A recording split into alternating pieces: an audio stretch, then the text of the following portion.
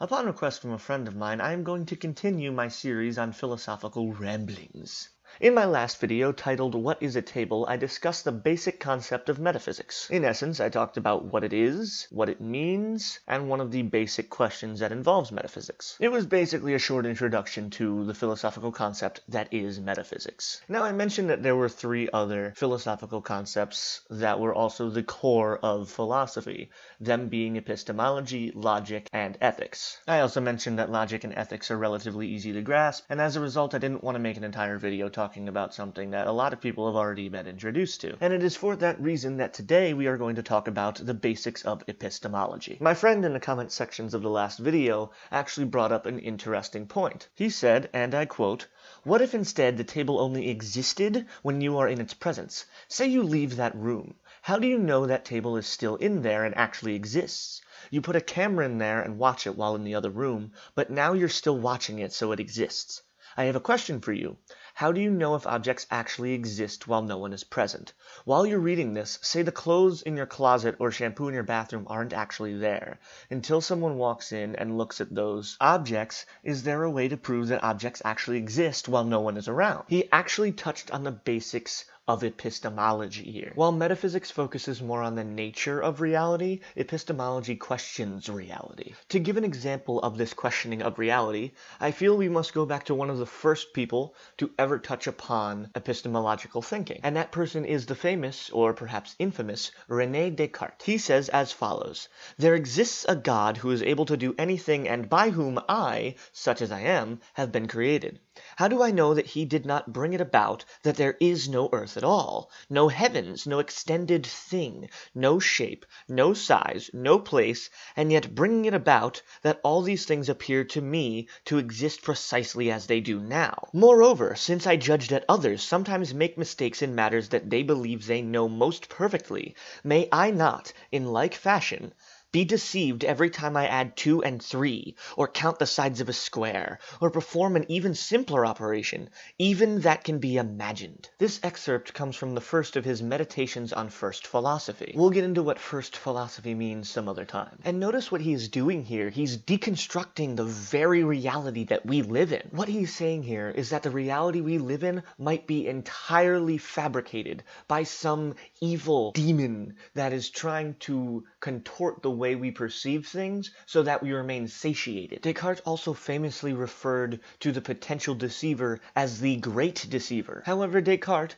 ever the good Catholic that he is, says that there can't be a great deceiver that makes reality false, because God is good, and therefore God will make this reality true and will not allow us to be deceived. And while I don't necessarily buy into that, as I am not a particularly religious individual myself, there is another reason he gives that is very intriguing. Descartes, in some sense, dug himself a hole when he called into question the very reasoning we are able to use to come to our own conclusions. He digs himself out of this hole using what we now know today as foundationalism, which essentially means you have one basic belief that is infallible, and from that you can justifiably form other beliefs built upon that. And this infallible truth that he introduces us to is one of his most famous quotes, and one of the most famous quotes in philosophy and in anything of all time. "I think, therefore I am." To Descartes, this is the foundation of every belief and every bit of knowledge that we could possibly have. Incidentally, "I think, therefore I am" is not what Descartes actually said.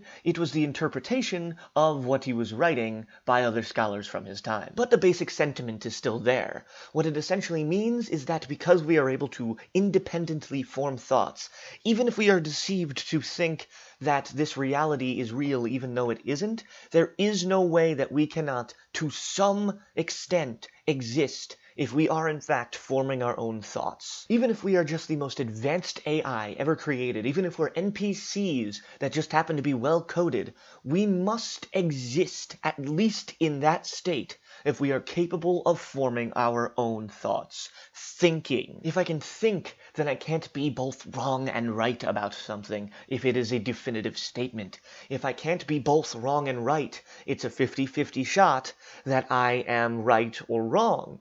If it is a 50-50 shot, one can come to the conclusion that 50% of what they say must be true. And if that is the case, then there must be something that you can know. And from there you can build. We must be able to feel. If we can think and form independent thoughts, then our emotions must be real as well. If our emotions are real, then when somebody does something bad to us and we feel bad as a result, then that action must have been real. What they had done must have been real. This is the kind of work you do in epistemology. You build on what reality truly is. Some would go back to the beginning of what Descartes talks about and say that the only infallible truth is in fact that we must exist. Our individual selves must exist if we can think. But skeptics will say that there is no other truth that we could actually know. We simply do not have enough justification for believing something in order to truly know it. Others, such as myself, adhere to a more modest coherentism.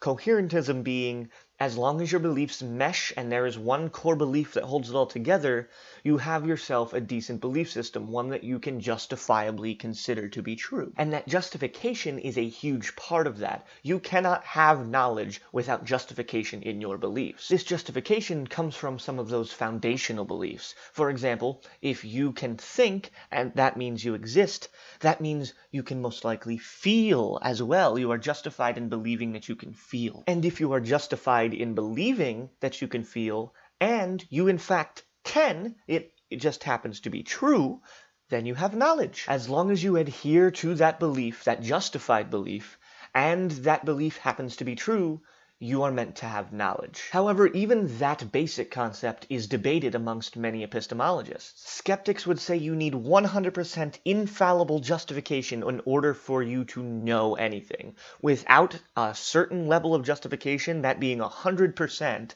you cannot know something. You will only have justification to believe it, not to know it. And this is just the first part of an absolutely massive rabbit hole that we call epistemology. To bring it all the way back, are you justified in believing the table exists? Maybe you aren't. Maybe you are. It all depends on what you believe and on what is actually true. That's it for this one, guys. Like and favorite if you enjoyed. Comment if you have any questions, and I will try to address them in the next video I do on epistemology. And at some point I will get around to addressing the two other core components of philosophy. I'll probably do them in the same video because they are both relatively basic, relatively easy to understand, and they're not necessary to get started with the major things like epistemology and metaphysics. But I will do a video on them, and I'll try to expand what you already know about them. Or do you know? That is a question that many epistemologists will debate. I'll see you next time.